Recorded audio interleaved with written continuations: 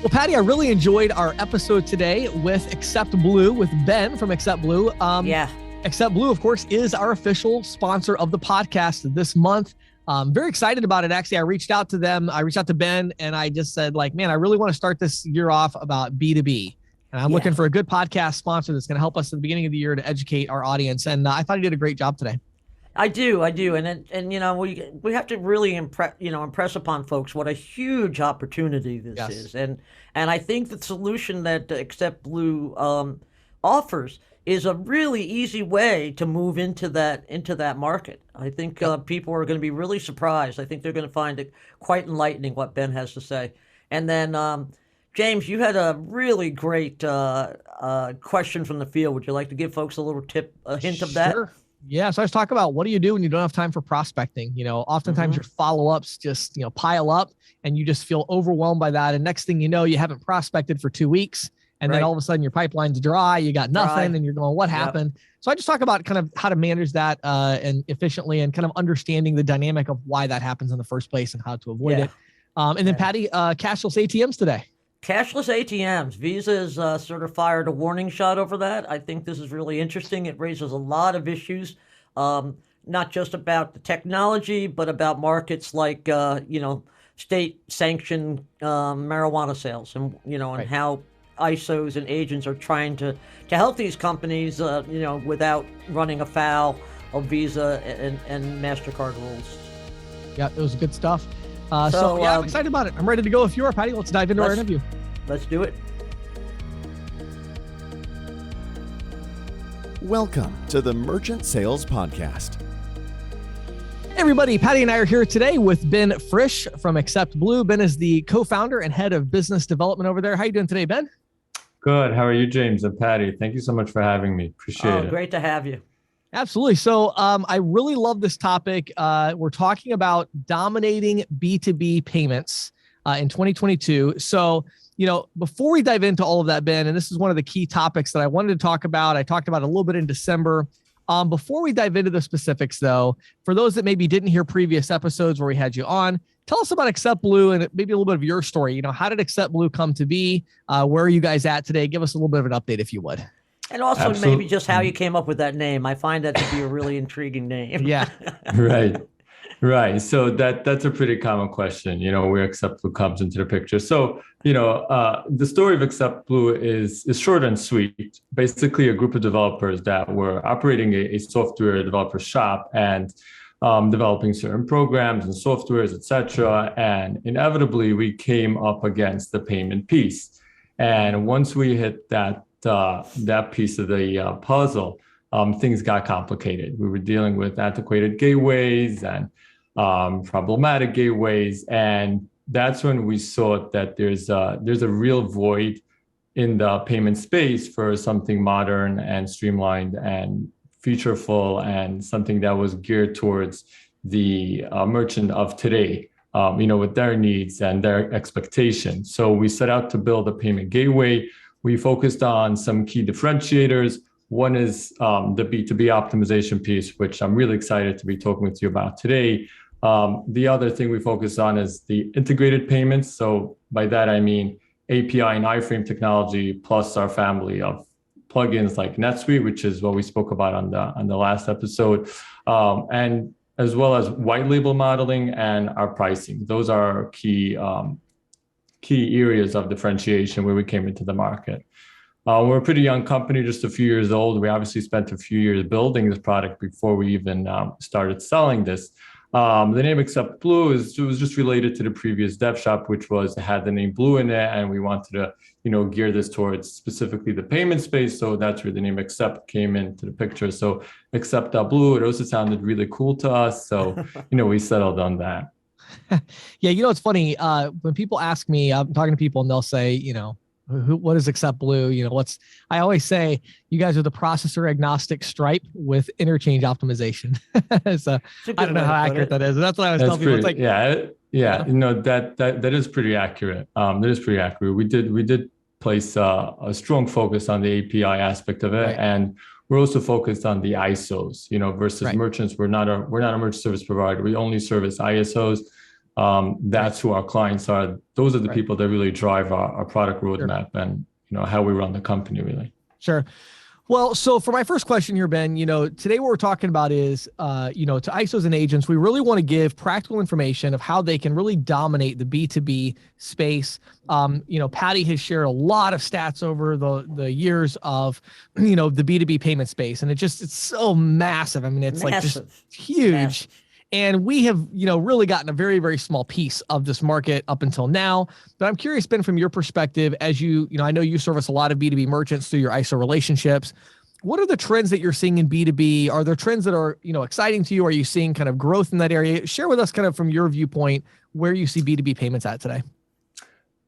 Yeah. So the truth is, ISOs in the last couple of years have been facing a challenge that they haven't had, let's say 5 or 10 years or even 20 years ago. And that is the ability to accept payments from within different softwares and within different integrations.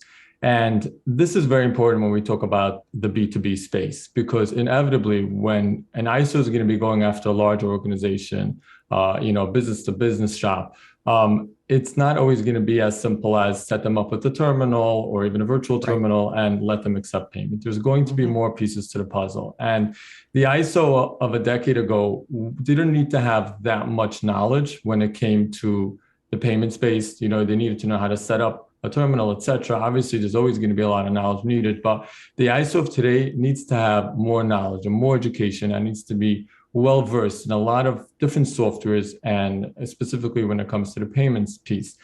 That's the challenge. And the reason why I'm excited about 2022 and beyond is because we see from the gateway perspective that ISOs are taking on this challenge. They're realizing that the B2B space is immensely rewarding to those that go after it, much more rewarding than, say, your classic retail shop.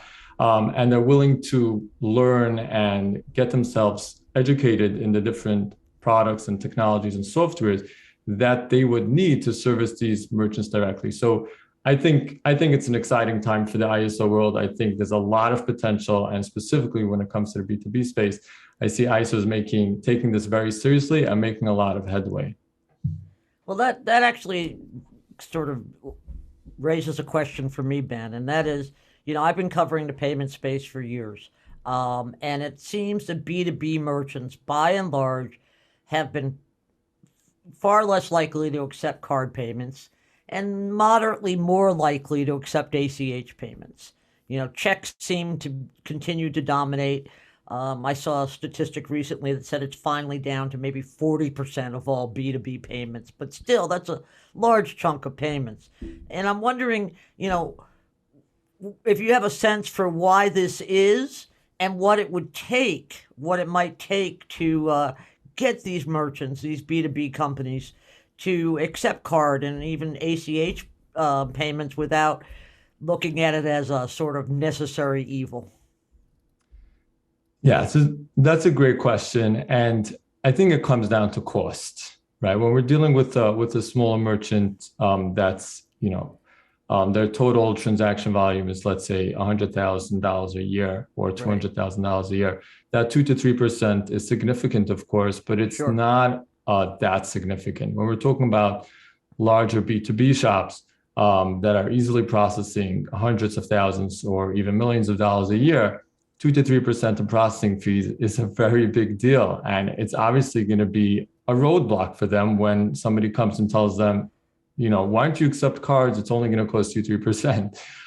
That 3% is a lot of money for them. So the biggest obstacle has always been cost. And the way to get around that is obviously by doing our best to lower that cost. And there's different things that ISOs could do with different products and technologies, one of them being interchange optimization. But the one thing that ISOs can do outside of products and outside of technology is just educating merchants that even though 2 to 3% is, yes, a very significant expense for them, realizing that relying on paper checks is also expensive, but in different ways. And the easiest way to say that is and I sometimes tell ISOs, ask your merchant if they have any outstanding invoices at the end of the year. right? If there's even one outstanding invoice, one of a few of a $20,000 invoice or something like that, that's already more expensive than your processing fees to a certain extent, right?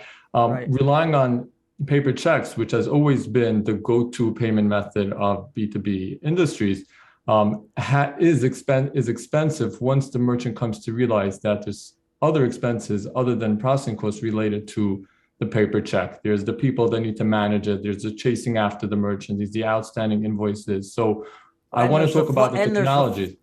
And there's also the collection float. I mean, It's even 100%. with technology, it's still a lot. There's still collection float in mail float and collection float that hampers Absolutely. them, right? Yeah. So Ben, let's dive into the optimization. You've touched on it a few times here. Interchange optimization. I think, at a high level for maybe our listeners who don't fully understand, of course, is where we're taking, the interchange that a card would clear at, and we're getting a better interchange rate by providing additional data. So in the case of level 2, that might be something like a purchase order number or, different zip codes that we might need or various cardholder information or purchase order information. And level 3 gets into government stuff. So when we talk about optimization and this additional data that's needed, I know that AcceptBlue has a different approach here than a lot of your competitors. Talk about, how you handle interchange optimization and maybe even a little bit of the reasoning behind why you've approached it in the way you have to really, I think, simplify it for the merchant. Right. So it's one of my favorite topics. I know it's James and Patty, it's one of yours as well. So like you said, it's in a nutshell, additional data that's coming along with the transaction that's going to lower your cost. And just to give the listeners an idea of what type of lowering the cost, when we're talking about a qualifying transaction for level 3, it could be well above 1% on the transaction if they're qualifying all the way. So for a business-to-business merchant, this is very significant, and it's the number one way to lower their costs when it comes to card acceptance. And what we've done, the problem has always been when it comes to level 2 and 3 is that you're telling the merchant, if we get all this additional information on a transaction, we're going to be able to lower your cost significantly. The problem is, who wants to sit there and key in an additional 20 plus pieces of data in order to qualify for that transaction? Whatever savings you're going to get from interchange optimization, you're going to lose in the cost of labor that it's going to take to have someone sit there and key in the data. So what we've done is basically automated that process. Obviously, there's a lot of details when it comes to that, but through the use of the ISO's input when boarding the merchant, to the details available at the time of the transaction, to certain information that we store in our databases, we send along all that extra information on every transaction without the merchant having to key it in. So we've taken all that manual labor, automated it, so the merchant is running a regular transaction and still realizing those very significant savings on qualifying transactions, like on business cards or purchasing cards.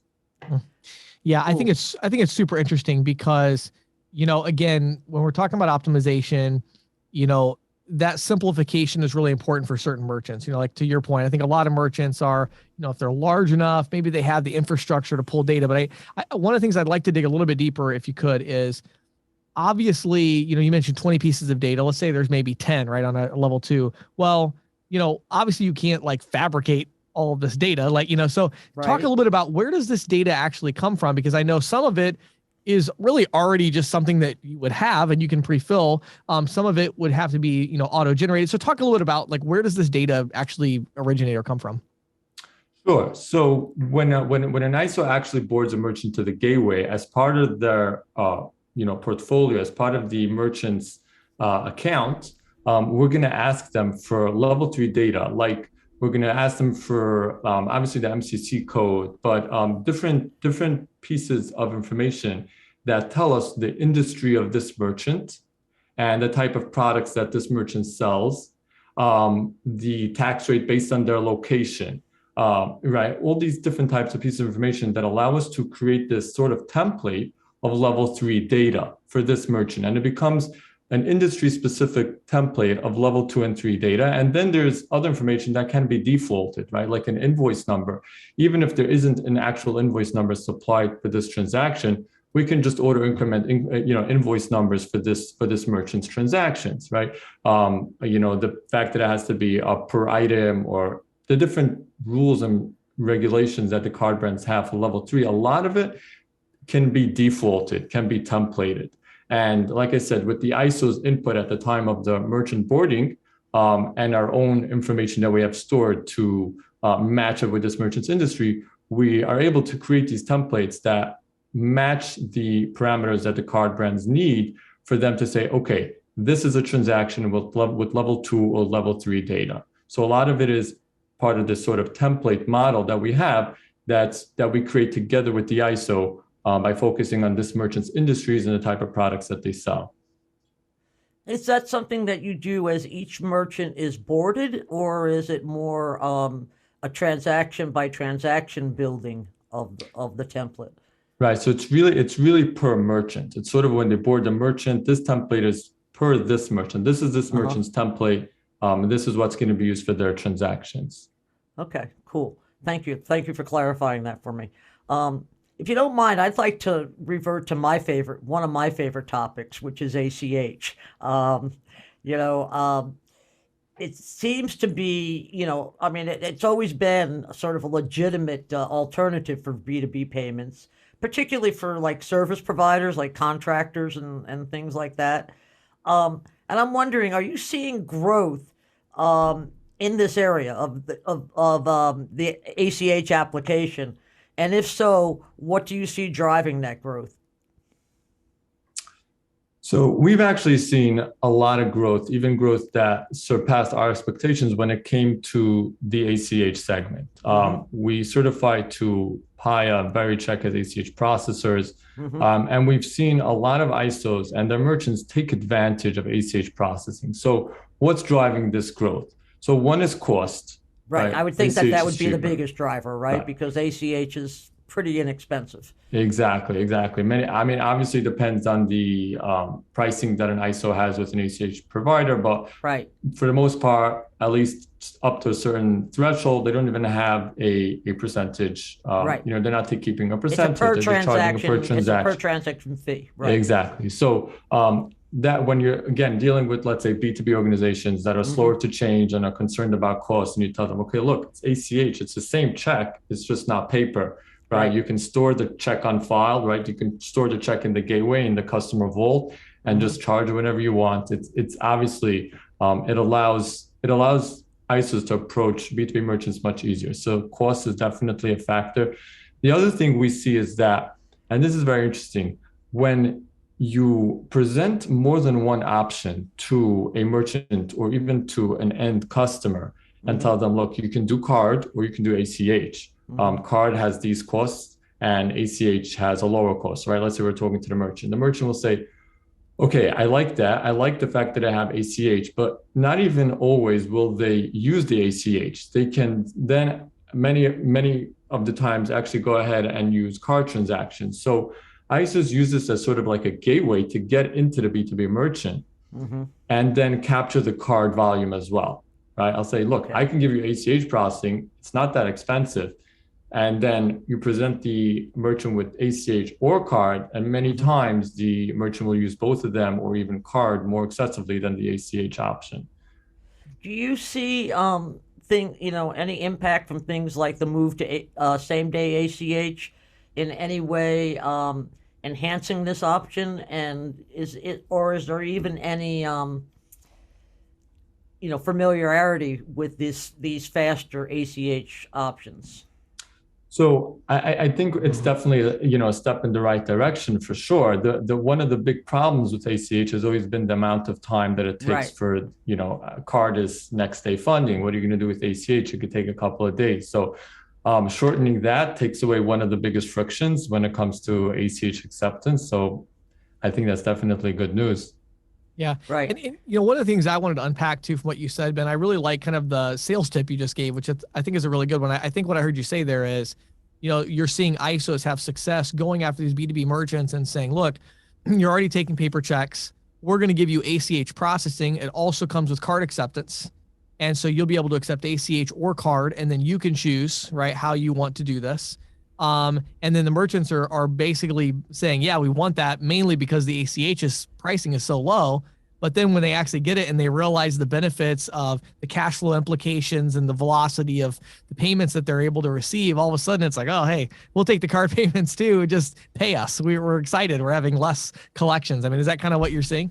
Exactly that. Exactly that. It's a really good way to get your foot in the door and then capture that card volume as well. 100%.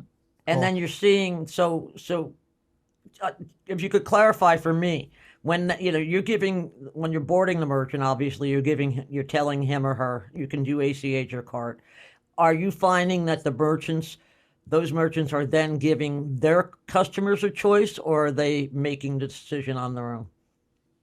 Right. So let's say most B2B merchants really they're the ones keying in their transaction, right? It's virtual terminal facing, so it's going to be the merchant's decision. But we do have a lot of merchants using, as an example, our invoicing tool or a hosted payment page feature, which allows for customer initiated transactions. And we're seeing as much use of the ACH in using those tools as in the virtual terminal. That's what I was thinking. Yeah, 100%, 100%. Merchants say, I want to send this invoice to the customer and I want to give them the option of card or ACH. And the same thing on the hosted payment forms. We enabled the option of ACH all over. So not only merchant initiated transactions, but customer initiated transactions as well. And we're definitely seeing a lot of use, use in either scenario, both by merchant and by customer. Yeah. And I think one of the other interesting points here is, just because you accept $20,000, $30,000 payments as a business, right? Just because you're paying $20,000 to $30,000 invoices, that does not mean that you have a credit card or a debit card that can run a $20,000 to $30,000 transaction, right? So I would imagine just out of pure necessity, and I know, Ben, we were talking about this the other day. I had a very large project done in my house, an HVAC job that was, a lot of money, and I didn't even have a card that I could use to make the payment. And so I reached out and said, hey, can I use ACH? And it's like, no, we don't accept that. And I'm like, well, I guess I'll have to go to the bank and get you a certified check. And then you'll have to, it's so inconvenient. And so I would imagine, I don't know if you're seeing that as well, but I would imagine that's probably driving a lot of this as well, is just that customers, it's like, look, we want a convenient way to pay, and you can't pay with a card when it's $30,000, $40,000, $50,000. It's nice to have an ACH option for these B2B companies, I would think. That's actually an excellent point, and I love that real life example. We keep on talking about B2B merchants, but the truth is, something I always communicate to our ISOs is that the service space is also very lucrative when it comes to like tools like ACH and invoicing. Very underdeveloped too. 100%, and they're easy to service. They basically just need a virtual terminal, obviously with invoicing capabilities and host payment pages, but and they use ACH a lot. It's not only B2Bs, it's the entire services industries, like landscapers and contractors and pool maintainers, and 100%. Right. Okay. So one last topic that I just want to touch on, that I'm obviously very passionate about, and that's this area of cash discounting, non-cash adjustments, surcharging, whatever you want to, all these different variants.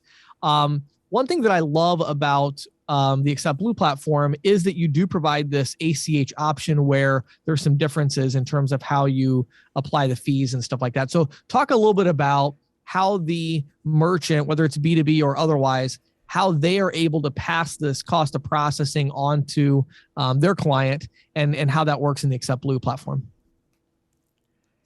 Right. So when it comes to a surcharge or convenience fee, what we've done is, and this was by ISO request, as so many of our features and tools are put on our roadmap and on our desk by our ISOs, is that we've separated those fees by card or by check. So practically what that means is that a merchant can apply a certain surcharge percent, let's say, to card transactions, but it won't affect ACH, right? They can hard code a certain surcharge to be applied to all card transactions.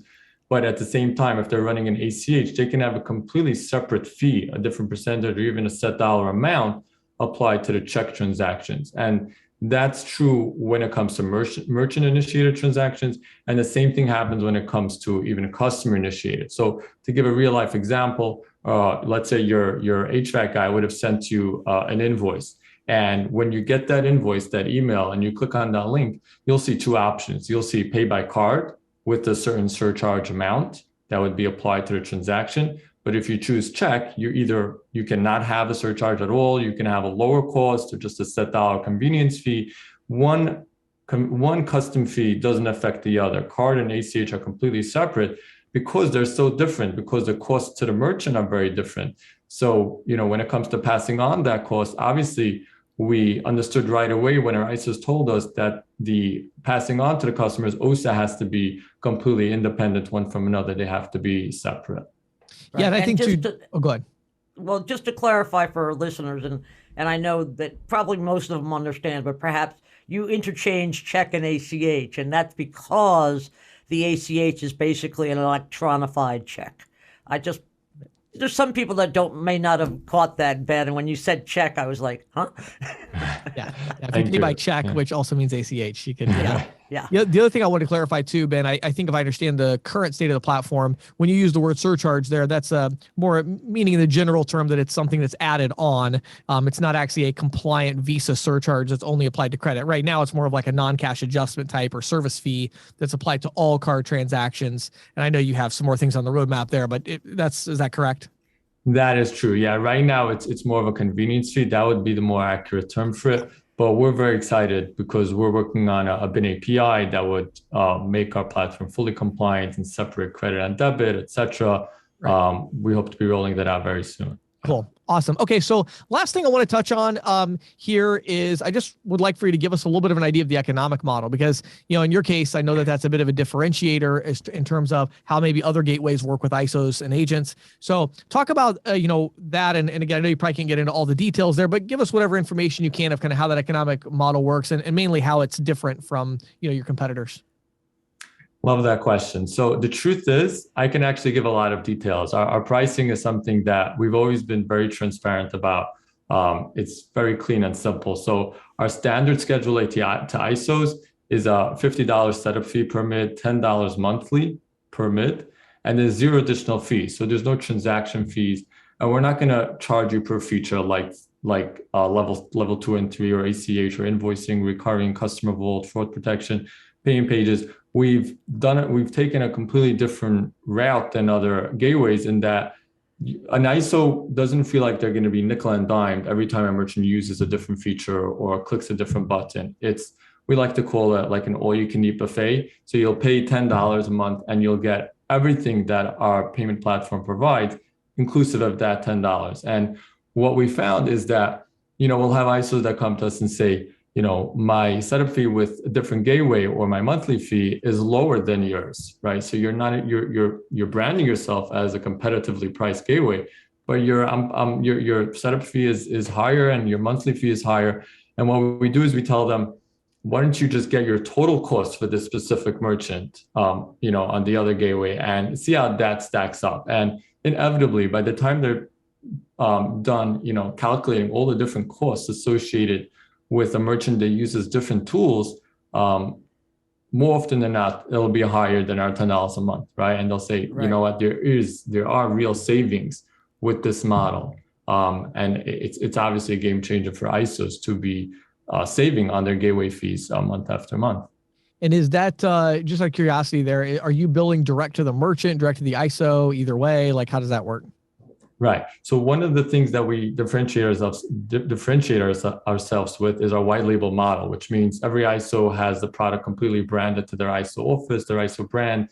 To that end, we prefer not to bill the merchant directly. Sure. We sort of say, we're the gateway provider. We're going to service the ISOs. ISOs, you take this product, brand it, own it, and present it to the merchants. One of those pieces is, you set your own pricing with the merchant, you bill them, we're just going to bill you. That's our preferred model. That's what 95+% of our ISOs use.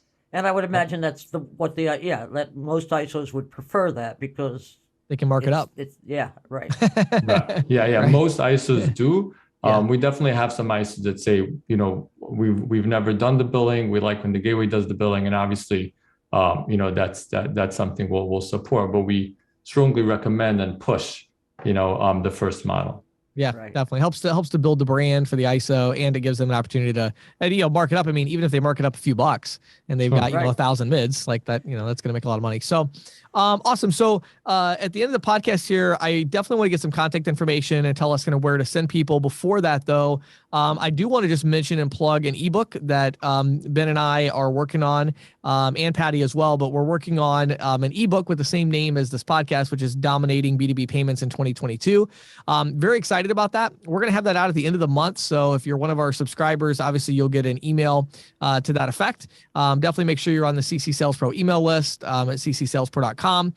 But we're very excited about that. I've got a lot of things planned. We're working on really making it a practical guide because I just believe that this is such a big opportunity. I actually reached out to Ben a few weeks ago because I wanted to have a podcast sponsor for the first month of the year that was centered around B2B and going after that opportunity, and then releasing an ebook at the end of the month to that effect as well. So excited about that. We'll have more information to come. Ben, where would you send people if they want to learn more about Accept Blue and working with you guys? Sure. So they can go to accept.blue, no .com, no .net, just accept.blue. That's a pretty common mistake. It's also not related to American Express, right? I've had people say, yeah. People, I'm sure people bring that up with you, right? Yeah, someone recently messaged me like, "Wait, I didn't know American Express has a gateway." I'm like, I'm not American Express. I've got nothing to do with American Express. So our website is accept.blue. Anybody can email me directly. It's ben@accept.blue. And I'm excited as well for the ebook. James, Patty, I think both of you, I'm a big fan of you guys and your programs. I think both of you do a phenomenal job at educating ISOs and agents with all the knowledge that they need to successfully sell. So thank you so much. And congratulations on an amazing job. Well, thanks, you very much. And to plug the ebook myself, I think the beauty of the ebook for people will be this podcast has been very enlightening, I'm sure, for many people, but the ebook gives you something to go back and reference and study, and it dives a little bit deeper than we were able to do here. Yep, absolutely. Well, Ben, thanks again for your time. I appreciate it as always, and I hope you have a fantastic day. Thank you. You too, Happy James New and Year. Patty. Thank you.